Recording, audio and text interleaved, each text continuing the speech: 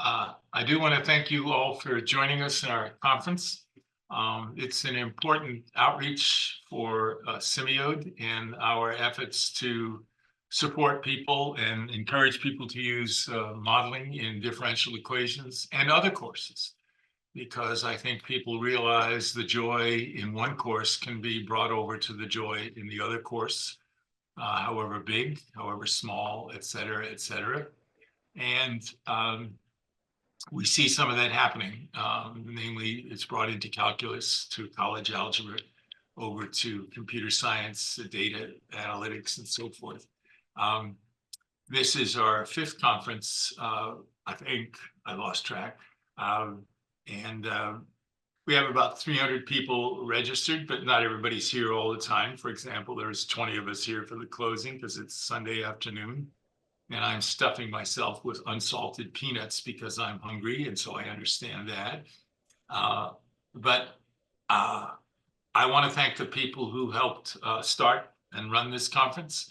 We have 3 student assistants, and we have Lee Noble, who's in The Wizard of Oz. You just ignore that man behind the curtain. There's that famous scene that they see. And I can't ignore that man behind the curtain because he's the one who runs it all. Yanping Ma, who you just heard of in one of the last sessions, and Tova Brown, and myself have been sort of doing the programming, and we're grateful for those who have both spoken, who've given advice, and who've joined us. And most important, we're grateful for you, just for being here and being part of this community outreach effort. You should know that SIMIODE is a nonprofit, and the money we receive for registrations, either reduced fees earlier or later, are used to offset technical costs and platform costs. We reside inside of a larger platform called Cubes, and we pay them rent, as it were, and benefit greatly from what Drew Lamar and the people who run that program do. I'll be sending out a survey to help improve the conference. And for anyone who responds to that survey, we're going to send them a free access to the HTML SIMIODE text.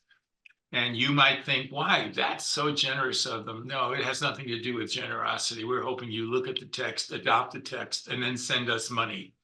But quite seriously, though, one way to get the thing going is to get it in the hands of people.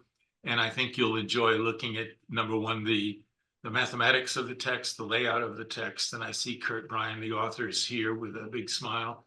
And that satisfaction that comes with, wow, this is really nice, just the way modeling in general does for each of us. It's like when you try it, you went, wow, there was this aspect. Maybe I could improve this, but still, overall, this was good. And when students return after 5, 10 years after they've graduated and come back and tell you, remember the time you forgot to turn the thermometer down and the device you had in class exploded? Yeah, that was exciting, We will send that survey out. It's not long at all. I think it's no more than 5,000 questions, and we'll ask you to give us that feedback. It may not be an anonymous survey if we're asking you to give your email so we can set you up to get access to the text. But I think we can expect candor and your honest opinions in either case. We were to have this Mindy workshop for people who just want to get started or are doing it and need some more help or want to talk about help. And we had 75 people out of the 200 at the time sign up for that workshop.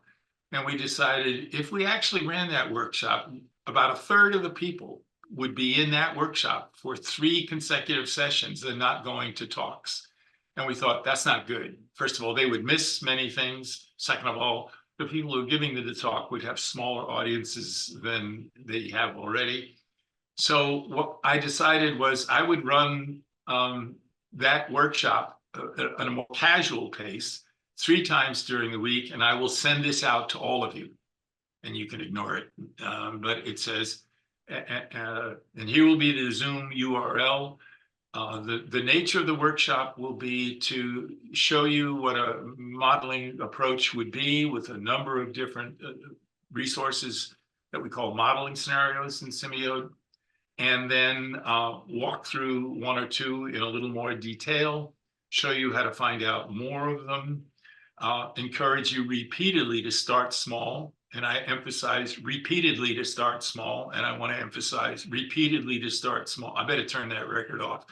But basically, just pick out something, try it, and then sit back and go, wow, they really got involved. And sometimes they don't. And if you're doing small group work or active learning and you've not done some of that, sometimes that's hard.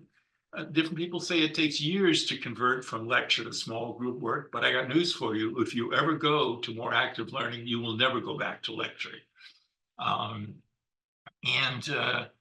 It involves the students, and I'll tell you one story, and I like to tell stories. When I was at Rose Home and I had kids in group, and this one big football player in the corner said, he just sat there. He wasn't going to move at all. And I couldn't move him because he was big. And he sat there and they all worked in groups and he doodled. And I said, why don't you join? No, I don't want to. That's how it was.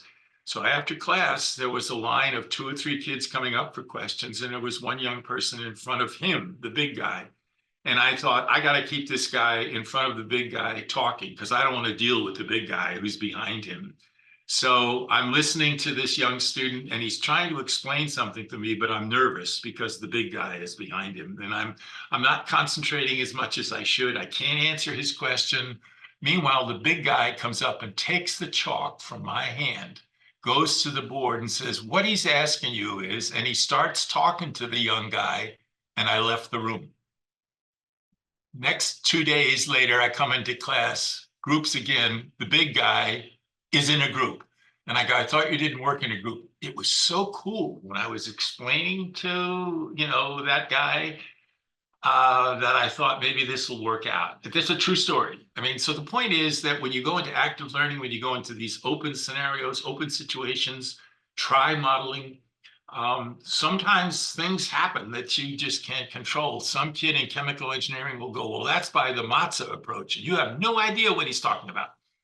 Or she will say, we did that in statistical revariations of combinatorics. And you go, I don't even know what those words mean. So that's what we'll do in the workshop. We'll talk about how to handle some things and how to be reasonable and start small. And we'll run 3 of them. And by the time the 3rd one comes around, I will have figured out how to do it. So we'll see how many people come. And if there's just a few, it'll be informal. And you'll get a notice on that and you can ignore that. And finally, we haven't set a date. We know enough to avoid Super Bowl. We didn't know enough to avoid Valentine's Day, but you can't avoid everything in February. It's such a short month. We'll know enough not to schedule it for the 29th of February every year. We're smart enough not to do that. So we look forward to seeing you next year, maybe during the year at various events that SIMIODE's involved in. And again, we thank you very much for your participation. And I'm going to stop sharing and wish you all very well. Just a big round of applause. This was really fantastic. And you guys did a great job with it. And everybody, it was just wonderful, a lot of fun, really informative. Thank you very much. Thank you. And all of you who contribute, make it so. Thank you very much.